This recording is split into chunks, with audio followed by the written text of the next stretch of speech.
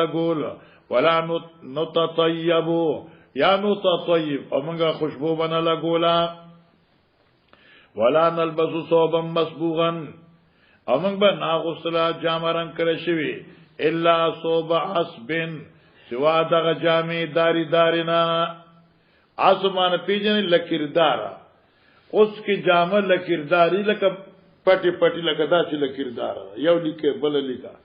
او تاسو خود جامې کنه زیاړه لیکه سپینه لیکه شنه لیکه نو تاسو ثوب عصب هغه جامه چغه داریدار وا چې دې لکردار وا او موږ اغوستلا خو یو خبر یاد کا چې بعض روایتو کې د عصب معنا پر رنگ باندې کیږي نو کې د عصب په معنا د زیړ رنگ شي د بیا د استعمال ګوري جایز نه دی لکه زه وتا ته د حدیث خلاصي د نسائی 117 نه وتا ته پیش کوا چې الته کې ولا صوب عصفن ذکر دی ولا صوب وارثن ذکر دی صوب عصف صوب ورث صوب زعفران دا دواړه لچکدار رنگونه دي په دې رنگ کې به جامه نه اغوندي البته کې عصب په معنی لکرداری داریدار شي بیا خیر دی وقد رخص لنا او موږ ته دې خبرې اجازه را کړې شو عند تورې په وخت د تور چې کله موږ د حیض نه پاکي شو اذا اغتسلت احدانا من محیضها چوبا غسل کی یو زمګه د خپل حیض نه فی نبذه من قسط اظفارن په استعمال فی نبذه په استعمال د یو ګوړه ورته ما استعمال د یو ګوړه بین مارچنو ګوړه من قسط اظفارن ا خوشبو چونو می قسط او بعض روایت کې قسط راځي ٹھیک شو کنه ادا د یو خوشبو نوم دی ښا او دې تعود هندي وي لکه لونګ چې ورته لونګ او کله روایتو کې قسط راځي تی ورته خامه خوای او کله په روایتو کې قسط راځي ٹھیک شو کنه خدا قسط او قسط دا دواړه په معنا واحد استعماليږي لکه بخاری شریف 804 صفحه اتراوانه پای کې وتا ته ذکر شي بخاری شریف 804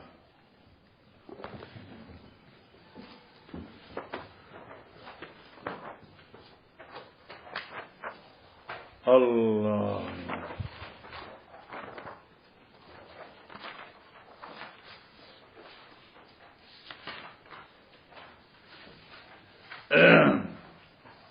گورا علماء کرام کناو گورا باب القسط للحادت عند الطهر شتے 804 باب دے بیان دے استعمال دا قسط لپار دا حادی غمجنے خزی وعد طور کی گورا ولا نکتہلا ولا نطیبا ولا نلبس صوبا مسبوغا الا صوب عصب وقد رخص لنا عند الطور اذا اغتسلت احدانا من محيزها في نبذة من قسط ظفار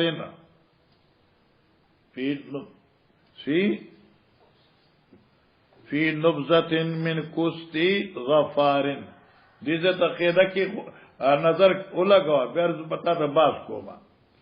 دلتا قسط او ظفار بغیر دا اعادی دا حرف عاطف نه ذکر دے ٹھیک شو نو دین دا معلومه شو چې قسط ظفار یو شی دی وکنا ننها عن اتباع الجنائز امام بخاری وی کلاهما یقال القسط والقسط والکافور والقافور کافور او قافور قسط دا یو شی دی او دې تعود هندي وی دا لوبان په شکل دې ته لوبان موي لوبان او دې هندي لوبان دا د خوشبو لرګي دي او سعودي کې اوسم داسې لرګي شته چې هغه دور ورته کې قابلیږي دا استغفر الله اينه خوشبو راځي او بعض تسبیم خلقو صحیح اينه خوشبو ان راځي اوس دې کې یو بل خبر یاد کا من کستی زفارن دے یا من کستی اظفارن دے خو بعض روایتو کرا دی من کستن و اظفارن من کستن و زفارن اوس ګورا لکه من څخه بلا حرف عاطف دی نمانه دا شو چې هغه عود هندي لوبان په مقدار د یو نوک زفار یا د زفار زینوم کوي او چې کوم روایتو کې واوی عاطفه راوړې ده نو بیا دې کې دوه من قستن و زفارن نو بیا معنی دا شو چې دا خوشبو چې وا یو د قسط عندي لوبان نوا و زفارن او دا زفار چې کوم دی دام د یو خوشبودار سیز نوم دی او هغه په شان د نوکونه وي دا نوک په شان دی او پاکه دا خوشبو کوي څه شی دی او ملایي پانسریان څنګه نو لږ نه چې ګور نوک نوک ښکاری ورغه خوشبو کوي نو بیا وضو فارن بشي چې عاطف پکې راوړي لکه بعض روایتو کې دوی ذکر کړ دي لکه مسلم شریف 488 صفحه را التک واوی عاطفه ذکر شوی دی دارنگی نسائی 117 کے واوی عاطفہ سر ذکر راک نسائی جلد ثانی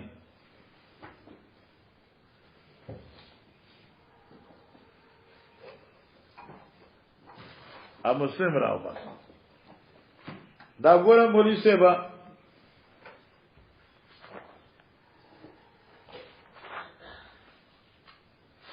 دا صفحہ دا فیما 117 اگر دوار خبر پکرا ولوسا باب ما تجتنب الحادث من الثياب المصبغه بیاوی اے گورا فإنها تحد علي 14 وعشرا ولا تلبس ثوبا مصبوغا ولا ثوب عصب البته عصب استعمال شي او دلته عصب نشي استعمال وله معنی څه شو دلته عصب نه مراد رنگ دی او البته مراد بس جالیدار لکردار شو بیا ګورا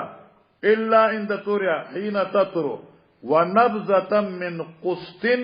واظفار و فکراو نو سی سلګیسا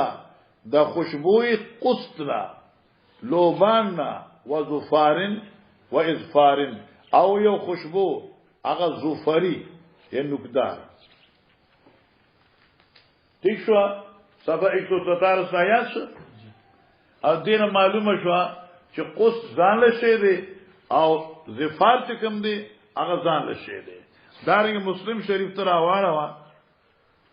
جلد اول دی 488 صفحه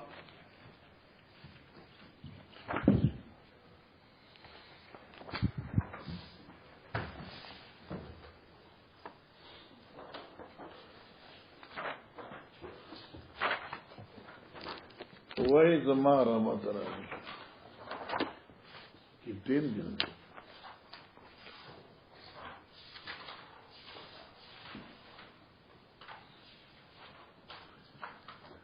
488 صفحه جلد اول ټیشوا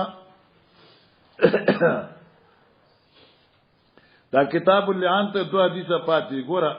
حدثنا حسن بن الربيع لا تهد امراه على ميت فوق سلاسل على زوج 14 اشهر وعشرة ولا تلبس ثوب مصبوغا الا ثوب عصب ولا تكتحل ولا تمس طيبا الا ذات طهورة نبذة من قسط واظفار ظفار راضي اظفار راضي وغير ذلك اوس دینه دا معلومه شو چې دا دوار جدا جدا سونه دي وکنا ننهان اتباع الجنائز او منګه منع کړی شو د تابعدار سنا د جنازو نتلو تا دغه جنازو لراتل د خود لپاره پرده په ختميږي جی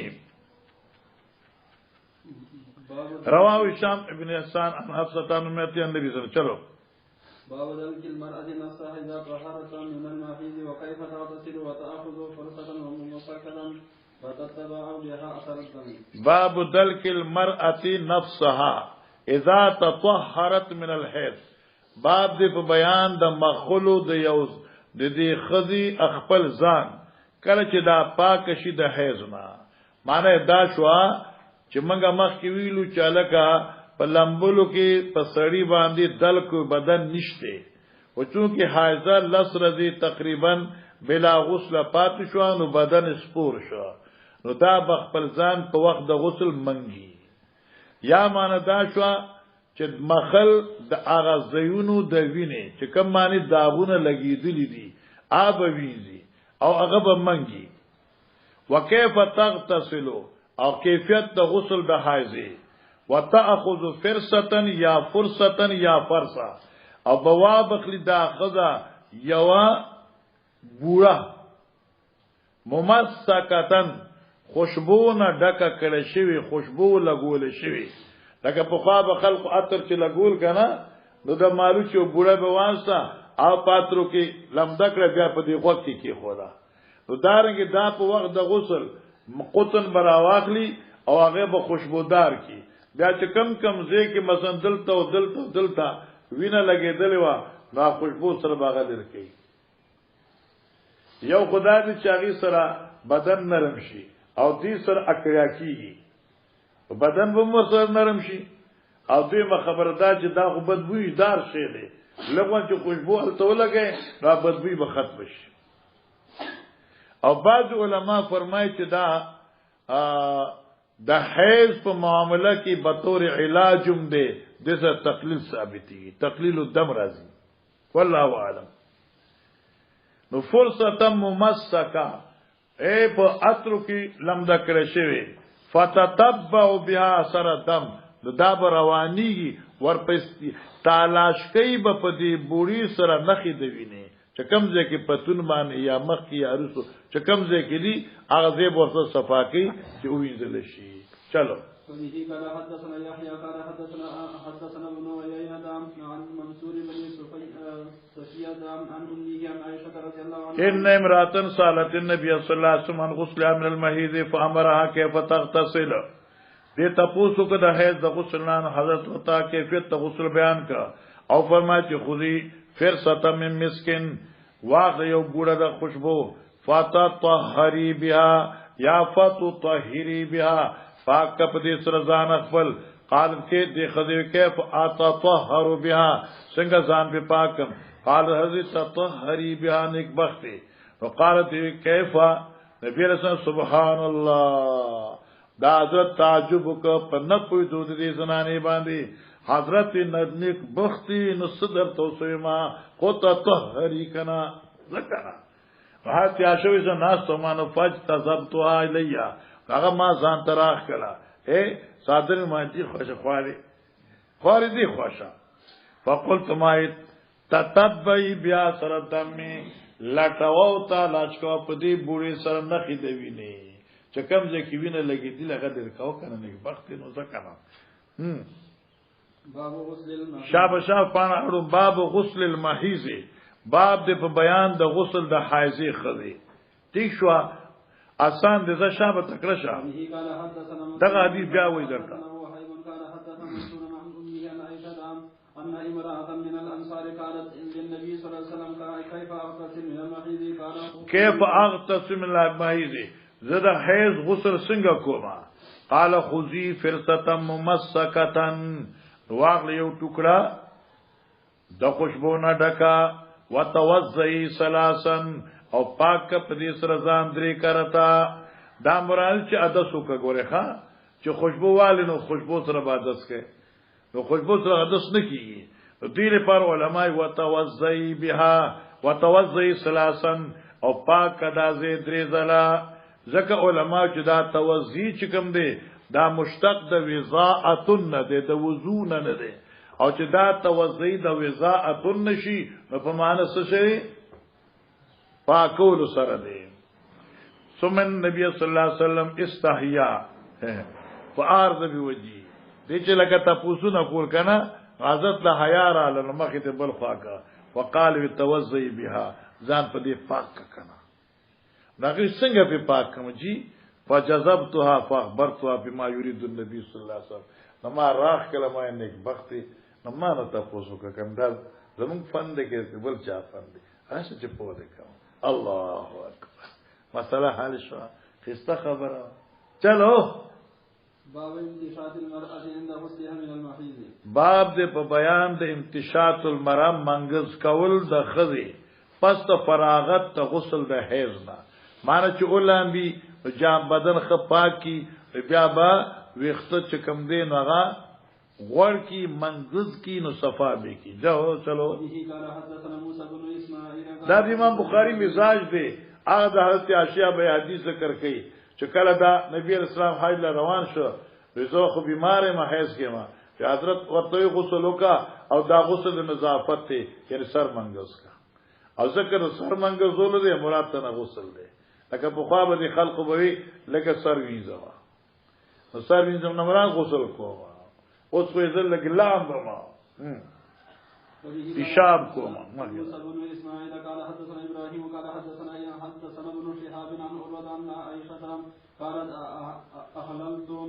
احللت مع رسول الله صلی الله علیه وسلم فی حجۃ الوداع ما احرام د حج وتړ نبی علیہ السلام سره په حجۃ الوداع کې فكنت ممن تمتع زوم د هغه زنانو نه چې چا یعنی تمتع کړي وا یعنی سمانا عمره ماته کړي وا او د حج نه تړلو ولم يسقل هدیه او هدیه ورسره نه وا چې هدیه ورسره نین بیا خو اول د احرام د افعال د عمره زار فارغ کوي کنه بل د حج نه تړي فزعمت ان حاضت نو دی فزعمت په معنا قال دی وی چې بیمار شوم تیشو ولم تطهر او پاک نشوم د حیضنا حتا دخلت لیلۃ عرفه تر دې چې نه هم تاریخش پښوا مزدلفه مینا ته چلاړو نو سار بارفه ته ځکنه دا د عرفه پښوا قال یا رسول الله هذه لیلۃ یوم عرفه دا خوشپه درز د عرفه دا و انما كنت تمتعت بمرا او ما خنیت حج کړی دی یعنی عمره نه پستانیت حج دی فقال لا رسول الله صلی الله علیه وسلم انقذی راسک سر دی پرانزا ومتشتی او منغزکا ومسکیان عمرتکی او خپل عمره افعال ختم کا ٹھیکو ففعلت ما دا کارو کا فلما قضیت الحج ٹھیکو مری سوا امراتن سر منغزول نه غسل دی و دا غسل د نظافت د طهارت نه دی هر کچ ما حج پورا امر عبد الرحمن حضرت صلی الله علیه وسلم عبد الرحمن ته حکم وکړ لیلۃ الحصبه اغه شپې د واپسې د منانا چې کله موږ په مقام د محصب کیو لیلۃ الحصبه اغه شپې د محصب شپې د محصب پیژنې چې افعال د حج خلاص لکنه په 14 تاریخ نبی اسلام محصب تراغه اوس بدل تر سار مدینه ته دي او دغه وخت حضرت عائشہ زما عمره پاتې ده نو نبی اسلام عاشق د دې رول عبدالرحمن سره التوله ګلا مسجد عائشہ ته اوس تنیم ورته تنیم ته اوس مسجد عائشہ وي الته دې سار وخت عمره وکړه فاعمرني من التنعيم زمارول ما عمره وکړه د تنیمنا مکان عمرتي التي نسكتو په مقابله دا عمره چې ما مخکینه تړلې او بیا مې مات کړو ټیک شمولي سبانو کیسه باندې کوی کنه مخکې دا موږ قصه مخکې ویلې دا عمره خو دې کړې و نو کړې دلته بیمار شو د عمره افعال خو پاتې شو نو عمره په ځای باندې پاتې شو بیا دې په هیڅ حالت کې احرام د حج وتاړه هغه د پاند اضافتی غسل وکړ او بل منا او عرفه مزدلفه دا سموانی خونه نو دینه معلومه شو چې بیا د 14 تاریخ نه پس دا پاک شو او دې بیا غسل وکړ بیا طواف زیارت وکړ بیا نبی پاک ته چې ما عمره پاتې ده حضرت شپې لیلۃ الحصبه په شپې باندې عبدالرحمن سره لګلې عمره وکړه او دلته امرنی د عبد الوارث مولوی صاحب داولی کزانلا امرنی ورور په ما عمره وکړه په خپل ونه کړه حالانکه دې خمر راغلو دلته خو دې عبدالرحمن دلته په خپل عمره ونه کړه امرنی په خور عمره وکړه او ته څه چلته لار چې کنه نو خلک چې کوم دې د سر نه چې کوم دې کنه سرمنه کوزه کی مان الله سمره وکړي مان نشل عمره وکړي او بس دا دې ماته 4.5 لنګونه تړي او سرمن راو باسي او بس دغه د تنیم ترازی او 4 روپے ریال اخلي او شل عمره وکړي دیاله سمره وکړي کله ذالک غپ و شپ الله صلی الله علیه مخکې باب نقض المرأة شعرها عند غسل المحيض دا منګه په ترمذی چې سو اخویلم دا باب ما به تور تایید پیش کړو فرق یاد کنا سړی ځانو بخاری کې چې کله منګه د جنابت د غسل باس کو نو په جنابت کې په خذ باندې ویخته پرانستل نشته امام بخاری چې البته د حیض په غسل کې بخذا ویخته پرانځي زکه د جنابت غسل کې کثرت ته نو الته کې تکلیف ده حیض په میاشت کې یو ځل راځي د پدې کې تکلیف نشته ده ځکه امام بخاری وایي نقض المرأة شعر عند غسل المحيض پرانستل د خز خپل ویخته په وخت د غسل د حیض چې کله د حیض غسل کوي نو ویخته کومسه مصیبه پرانځي اخم مزیدار به اومیږي او بیا به غور کی چلو مخکې ده دغه روایت شابه تکلشا قال حدثنا عبيد بن اسماعيل قال حدثنا ابو اسامه عن هشام عن ابيه عن عائشه قالت خرجنا موافين لهلال ذي الحجه وتمغا مدینه منورینا په دې حال کې چې موږ موافقت کوونکیو میاشت ذی الحجه تا قال رسول الله صلی الله علیه وسلم نبی علیہ السلام فرمایي من احب ان يحل بعمره داود مدینی تقریر ښه کله چې پیغمبر صلی الله علیه وسلم اراده وکړه وې فرمایل هغه څوک چې اراده کوي ان يحل بعمره فل يحل کې څوک نیت عمره تړي نو عمره نه تو تړي بس فل يحل بس فإني لولا اني اهديت کچرز ما نوې لګره ځان سره قرباني لا احللت بعمره نو ما به احرام د عمره تړلو خو ما قربانیان ځان سره په رواني کړی دي فاعل بعض عمره بعض صحابه نیت عمره وتړه واعل بعض بحج او بعض نیت حج وتړه وكنت انا ممن احل بعمره حتى شوي زد هغه چانو مچ چا نیت عمره کړه فادركني يوم عرفه رال بما بارزدار فی وانا حائض بیمارم فشکوت الى النبي صلی الله علیه وسلم ما نبی علیہ السلام تخپل فریاد پیش کړ قال حضرت یدعی عمرتا کی عمره دی چوٹی کا عمره دی پریگدا وان قذیرا سکی او سر دی وینزا وان تشتی منگز کا واهلی بحج احرام د حج ترا ففعلت حتى اذا كان ليله الحصبه کله چې د شپه د حسبی شوا یعنی کله چې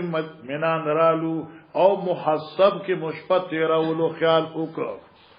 ارسل ما یا اخي عبد الرحمن ابن ابي بکر ما سو نبی علیہ السلام زمارو عبد الرحمن لګه فخرجت التنعيم نمغلاړو مقام تنعیم تا او دا چکم دې سلور میلاد مکینه بار دې او سغه ته مسجد عائشه وی والته چلاړي نو دوستنه ولاړي دي مانه زمین حرم ختمیږي او زمین هل شروع کیږي کولور شو کنه فعلت بعمرتي بعمره مکان عمرتي ما احرام د عمره وتړه په قضا د عمره خپلې نو اے طالب جانا دې حدیث نه دا خبره معلومه شو چې لازمن نفل بالشروع زکه چې عمره کو سنت وا هغه پاتې شوانو حضرت شیدای قضا راوړلا قال شامی ولم بس اوس دې کې سوال پیدا شو سوال دا دی چې حضرت عاشق عمره ما تکړه وا نو چې عمره ما تکړه نو تاسو قران ویلې دي اتم الحج والعمره لله والعمره لله فإن أحصرتم فما استيسر من الهدي احصار چې معنی د حج نشي یا د عمره نشي نو هدیه ده دلته چې دا هیڅ چې معنی د عمره نشه دلته عاشق هدیه ور کړی و نو قال شام جواب ور کوي چې دا هیڅ چې دا په حکم د احصار کې نه دی چې شو کنه حکم د احصار کې نه دی نو معنا چې چره عمره په وجه دا هیڅ پاتې شي په حاجی باندې هدیه نشته ده ځکه قال شام ولم يكن في شيء من ذلك انو په هیڅ یو سیز کې په دې نقض عمره هدیون ولا صوم ولا صدقه قران کې راځي نو سوکن هدیون شو صومن درې شو او صدقه د شپږ مسکینانو شو نو دې کې نه صدقه او د مسکین او نه روجي او نه پکې قربانیان وي زکه چې دا د اعذار نه دي اعذار مانعو د احصار نه دي بلکې دا غ مرض دي چې د دې په وجود کې حج کیږي نه یا عمره کیږي نه لکه حدث په حکم شو جی مخکې دا ولی ما ته ګوري بده نه چې مخکې دا